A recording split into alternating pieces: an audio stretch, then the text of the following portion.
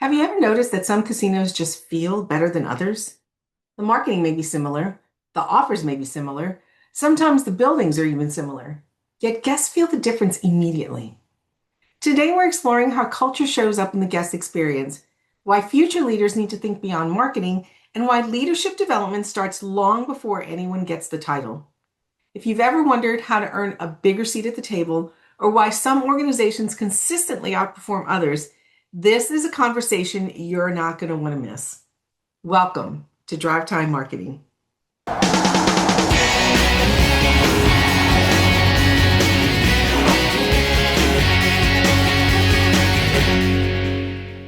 Hi there, and welcome back to Drive Time Marketing, the show where we help casino marketers turn strategy into action and insights into impact.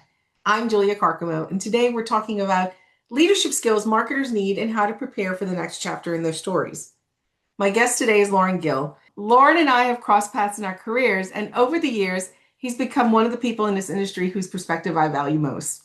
What I've always appreciated about Loren is that whether the conversation is about leadership, culture, operations, or guest experience, he has a way of getting to the root cause of what makes organizations successful. Not just what they do, but why they do it. The other day, Loren and his team published an article titled Leadership Development Starts Before the Title, and it immediately caught my attention because so many casino marketers are trying to figure out how to grow beyond campaigns and promotions and become stronger business leaders. So today we're going to talk about leadership skills casino marketers need next, why some casinos create experiences that guests can feel the moment they walk through the door, and how culture becomes a competitive advantage. Loren, my friend, welcome to Drive Time Marketing. Hey, good morning, Julia. Such a pleasure to be on your show. And man, I've loved our experiences and talks over the years. And, I was just talking with some friends the other day about you, and I'm like, I've known Julia for a really, really great long time. And we've had many great shared experiences, and just such an honor to be here, Julia, to work with you and share with you again. So thank you so much for having me on the show. Yeah, we don't say the number of years anymore. It's just that it's been years. Yeah, exactly. Yeah, because those years have been they've been put out there, right? So it's like a long time. But Julia, thank you again for being here, and I hope you have great editors.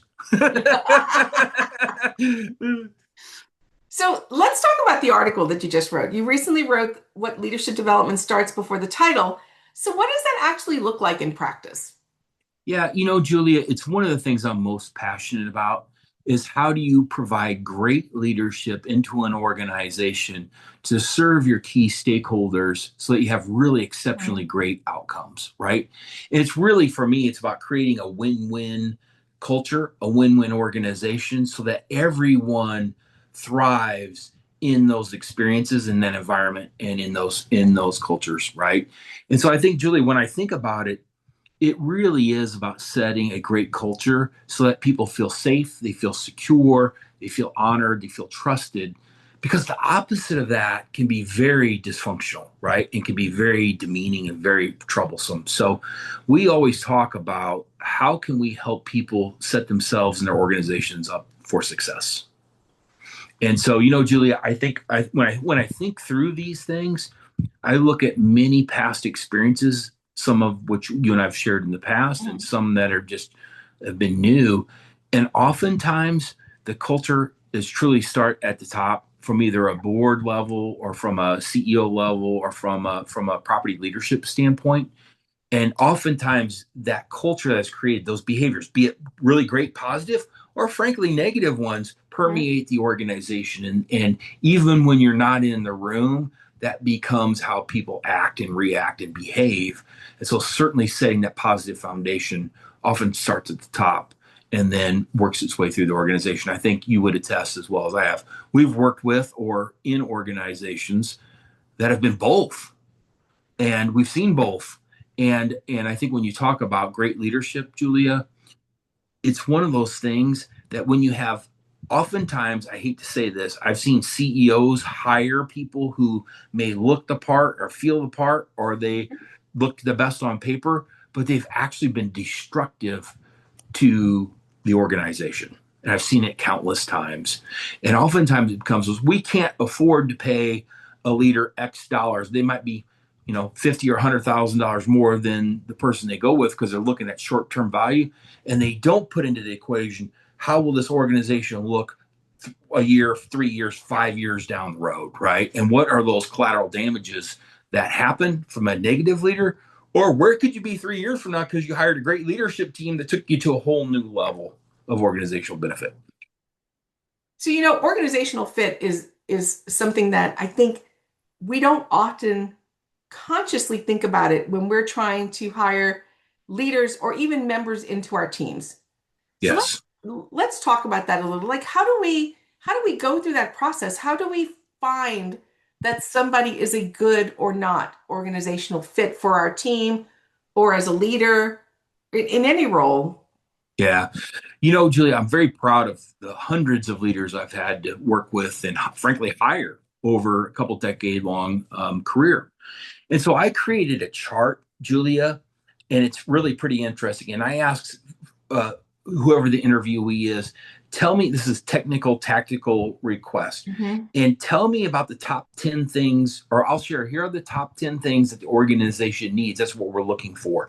And I'll ask you, say, Julia, rank yourself from 1 to 10, on one being kind of crappy and 10 being I'm really great at these technical things. And then you give yourself kind of a scorecard, right? On the other side, Julia, I ask you to force rank those top 10 things. And why I ask you to force rank them is that very quickly people say, I'm really great at this attribute and I'm really kind of crappy. And then they start having to do trade offs. But here's what Ah, happens when you understand that. Let's just say in your world, marketing, say, I'm really great at advertising, I'm really great at social media, I'm really great at promotions. But if the organization needs a technician, a tactical, really great leader, those functional skills can be taught or learned or coached up. But if mm, you're a misfit, then those technical pieces go away. So one, I look for technical, tactical, strategic fit, and then the other one, more importantly, is I look for how will you help the team elevate in yes. times of crisis, in times of challenges, and in times of where we're at a crossroads or a crux, we have to go a whole new direction. How will you be a leader and a supporter to all of us so that we all go, to a better location? So really, you have to be really strong at the technical skills that we're talking about, but more importantly, you have to just be a great team player and help everybody Yeah. succeed and win. This August, Casino Marketing Bootcamp has two very different summer experiences, and the right choice depends on what your team needs most right now. If your property is heading into budget season, calendar planning, or a bigger strategic reset, Midwest in Tulsa is built for you. This is the planning room. We'll work on the decisions that will shape your 2027 marketing plan: brand, promotions, VIP events, segmentation, mail, and the calendar itself.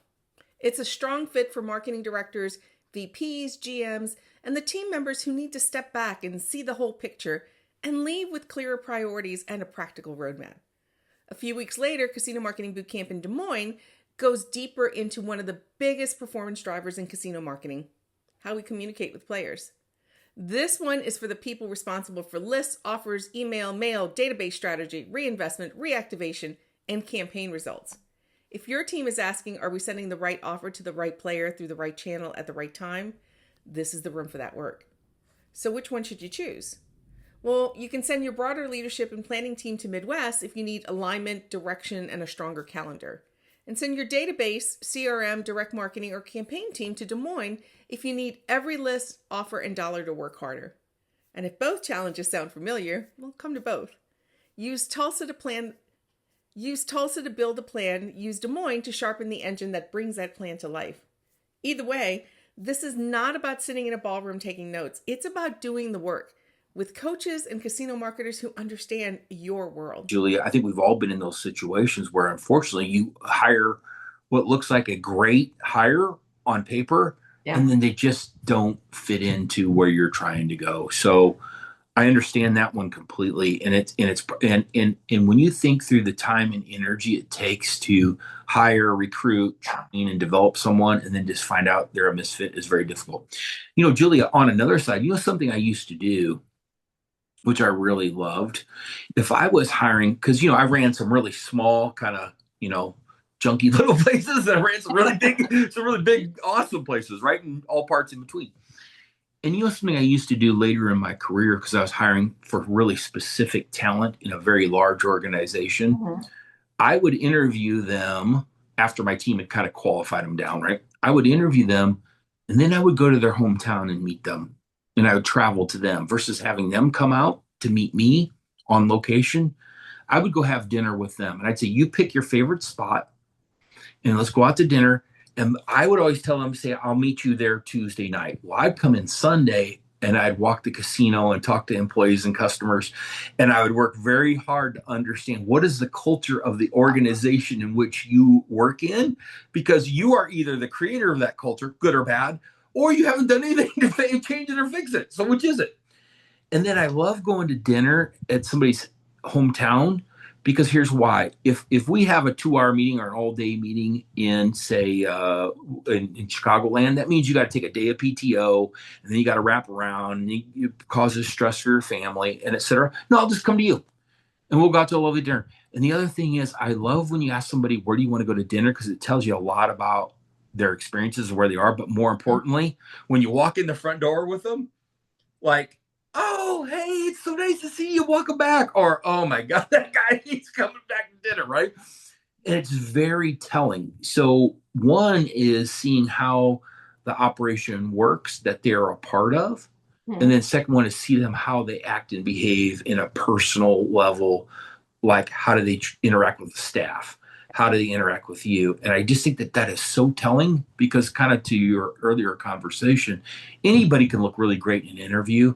It's Yeah. really about who are you as a person, and what are your core values, and what really helps you be successful. And then you can measure all the intangibles as well. So, we've talked about this in the past. You have this kind of really, how smart are you, how capable are you, and then you have this emotional intellect, right? It's EQ or IQ. And so which one of those do you prefer and need? And the answer is, we need both. We need both. So, say you have one of those trips that you go look, to interview somebody and you go look at their location and you get that sense that something is just clicking there. Like, what are the skills that you usually see a leader has when things are just like working well? What are the skills that we should be developing in order to become those great leaders? It is in creating a feeling of trust, safety, and security. So when I walk into a place and it's clean, it smells fresh, employees are smiling, Mhm. and they also understand not only are you there from a transaction standpoint, but they'll ask something like, you go to a players club and you sign up for, hey, I've never been here, can you sign me up? And then they offer, hey, Mr. Gill, it's great to see you. If you come back tomorrow, we're going to give you an extra Yeah. something, $100 free play just for coming again tomorrow. Or, hey, did you know we have a really great restaurant for breakfast? So if you stay overnight, let me give you a comp for breakfast in the morning. So you have, and when I see the organizations that do that exceptionally well, Mhm. and they go above and beyond to, especially when you're a new, I think the new card sign up piece is such a Yeah. critical piece of getting someone to not only come for that day. And I think too many operators think about, oh, you give you $20 free play to sign up and then you go play and then we'll never see you again.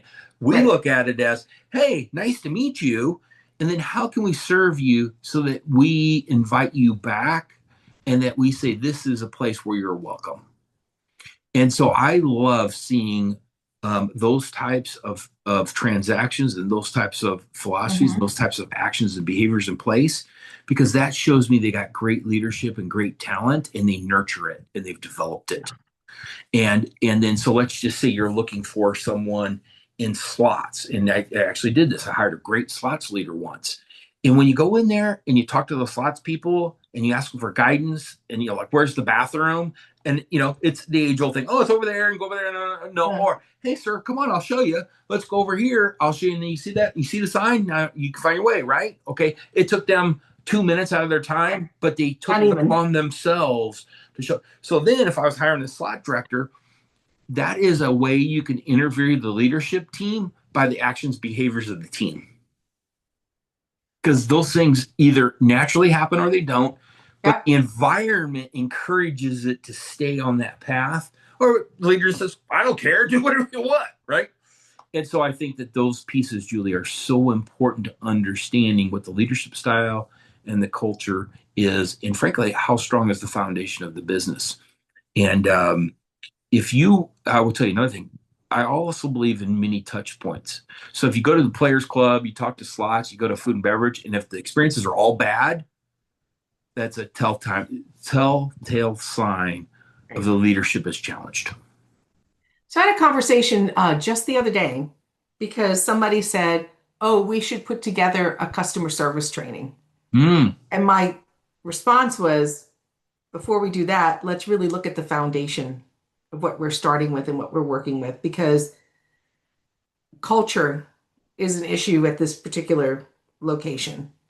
So, how do you get from having that kind of shaky foundation until you can build something off of that? Like, what are those skills that leaders need to develop that aren't there yet?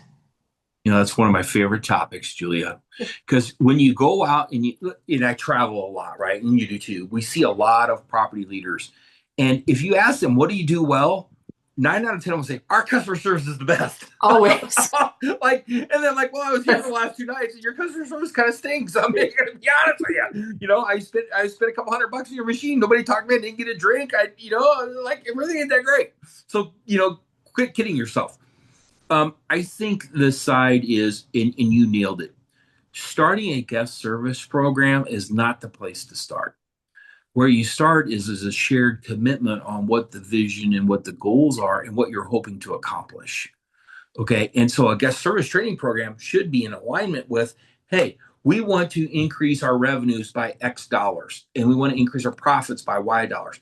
What are the tools, educational learning, teachings, and coaching moments that we need in order to make that happen? So, Right. okay, so hey, we need to do that. Okay, does that mean it's the marketing person's opportunity challenge?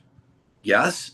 And who else? It's everybody's challenge and opportunity, right? Right. So when you look at that, Julie, and you talk about guest service, the first fundamental is what are the goals, what are the expectations, and how will we teach and train and coach and motivate our team to fulfill those goals Mhm. across the board from leadership Yeah. as well as from frontline employees. So both of those are critically important, but you have to have a solid foundation. So it good news, bad news. Oftentimes that reset happens when there's a change of leadership.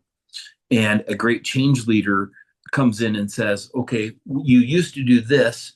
You've been in a downward trend. Let's see what the issues are.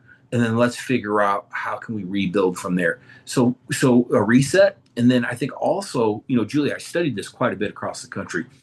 COVID came, typically revenues and profits went way up.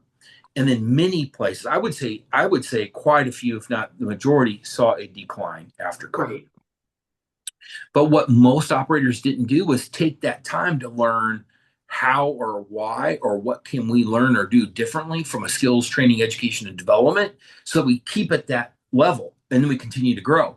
Hmm. And so when we work with, and we see this a lot in Native American tribes, they're like, the operators didn't educate the tribal council on this is a gift. It wasn't like we all got to be smarter marketers and smarting operators. There was an influx of free cash. Right. So that unless we do something different, when that free cash goes away, our revenues and profits are going to decline.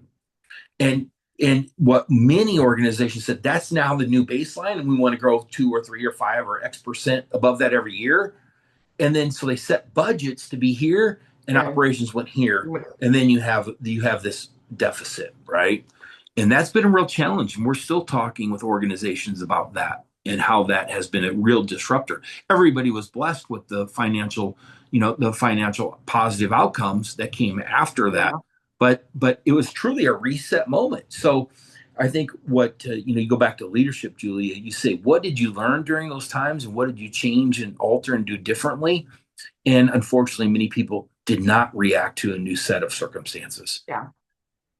Yeah. And I think that also the notion of culture and the culture that we chose to work at really showed itself as people didn't return to work. or Correct. at least didn't return to work where they were before. Yes. Yeah. And, just we don't talk about this so much anymore because it's pretty far in our rearview mirror.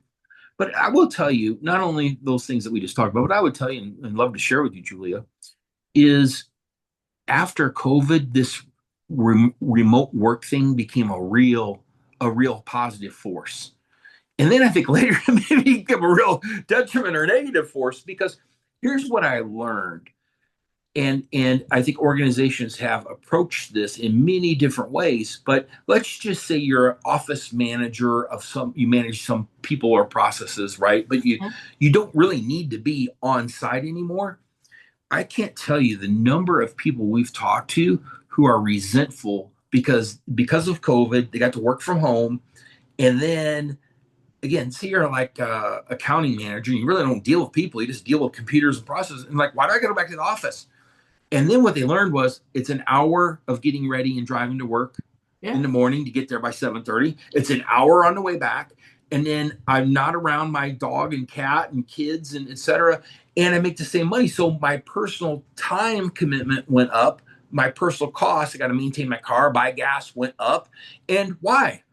And I tell you, the number of organizations that we've talked to, mostly mid-level managers or department heads, who have said, why can't I still work from work? And I don't know how you've worked with that on others with other organizations, but Julia, that's been a real challenge. And so many people exited the workforce because they said, I can still go work for either a competitor or work in a similar industry, but not have to deal with those Yes. additional challenges, right? Yeah. Well, I think that depending on the culture you build, people choose to go to work. You Yes. build relationships, and that's part of the culture too. I mean, as we were talking before we started recording, you and I have known each other for a few years. And it's interesting because the relationships that I built there, a lot of them are still my relationships. And that's Mm-hmm. been some time. Yes. It's been some. And that was, I think, part of the culture that we had Yes. there as well. Yes. And so funny you say that. So many of those people that we've talked about before previously, you still keep in touch, and I still keep in touch. Yeah. And that's kind of I think, I don't want to oversell this, but uh, that was a unique set of people for a unique, challenging time. Yeah. And I think that also helps people stay united because many people talk about casino development or casino startup or casino operations. I'm like, hold up, y'all haven't seen anything until you saw what happened in 1999, right? Until you saw the whole Yeah. thing of Harrah's New Orleans and what the first couple of years looked like. Like, yeah. I mean, I have yet to see a group of people that was truly accomplished something that most people would say was not possible. We're going to open.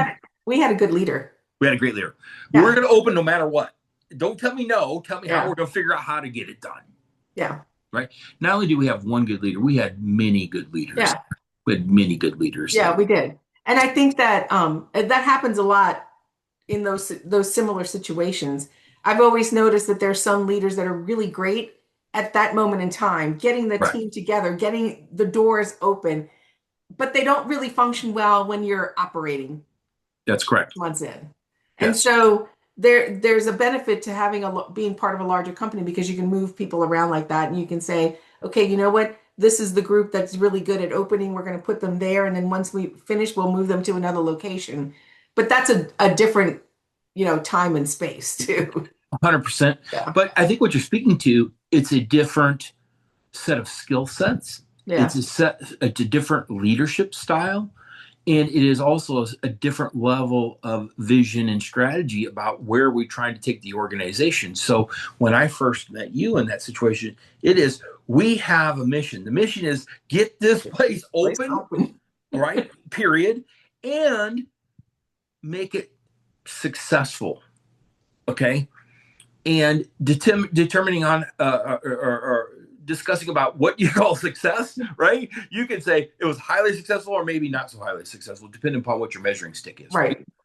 But I really do agree with you. There are very few people who have been able to successfully lead from a pre-development, greenfield design, through construction, into the opening days, weeks, months, and years, and then Mhm. successfully grow that business from Yeah.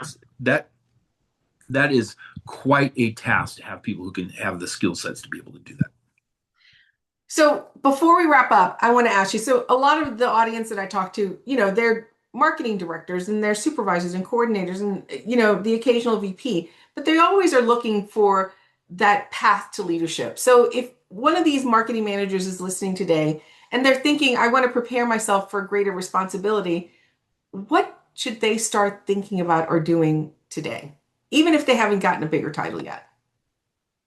That's a great question, Julia.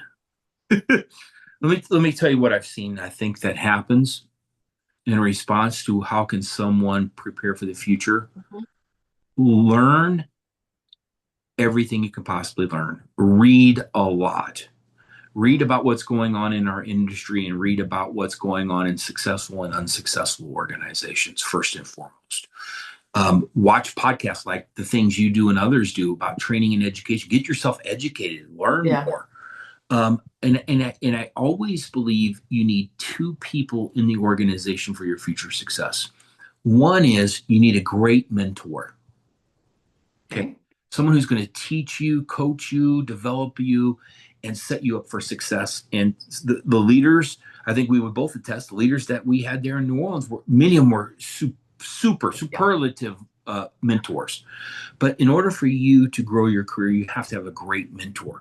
And that relationship has to be one that you're comfortable confiding in and you're comfortable taking criticism and feedback from and to. So oftentimes your mentor is not your boss because you don't want to be able to say, hey, I'm thinking about this and I know I'm going to screw it up, right? You probably don't want to do that. But you have a great mentor and you have someone who can teach you the ropes and help you think about it and create a pathway for you to be successful, Yeah. right? And encourage you and motivate you, but also be open and honest. And the Yeah. second one, Julia, is a sponsor, someone who is in the room representing you when you're not there. So they say, hey, we have a manager of marketing and she's doing awesome. Maybe we should give her a training seminar, or maybe we should offer her education at the university, or maybe we should maybe take her out of marketing and put her in slots because she's got great people skills and great organizational skills and great leadership skills, but we want to help them grow their career into doing something different, right? So I would suggest two things. One, have a great mentor, and then a great sponsor. And a sponsor is not necessarily your boss. It is, again, it's somebody who's going to help pave the way for your future success. I've seen it in my own career where I've had both of those. I'm very thankful for those people.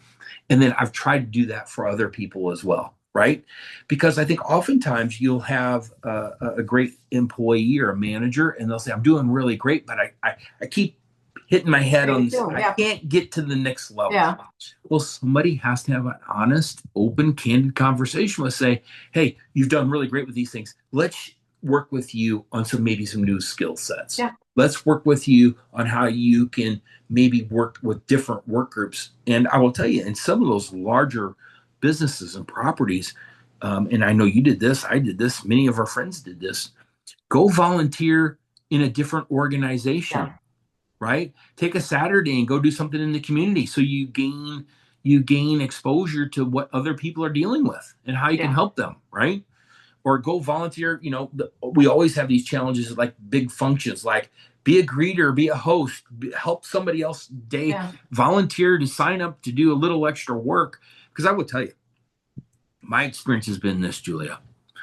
The number of people who volunteer and want to learn and grow is more frequently less than the people who say, I want to just skirt and I want to do my time and get out of here and go.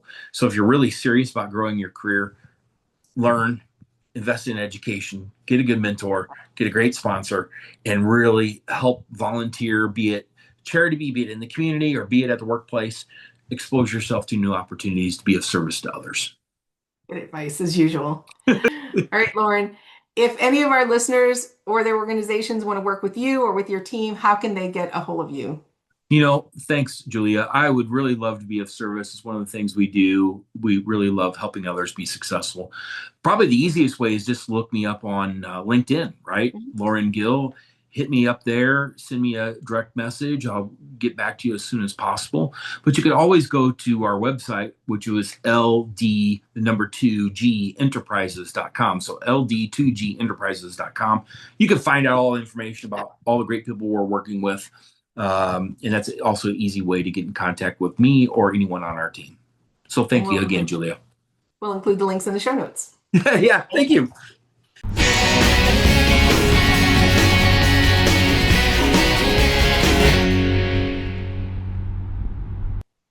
My favorite billboard that I remember, I don't remember if it was you or Jeff or whoever the mastermind was behind it, but my favorite one was, and Jeff and I talked about it a long time ago, was Biloxi. It was on the Highway 10. Biloxi rhymes with Biloxi. I love that one.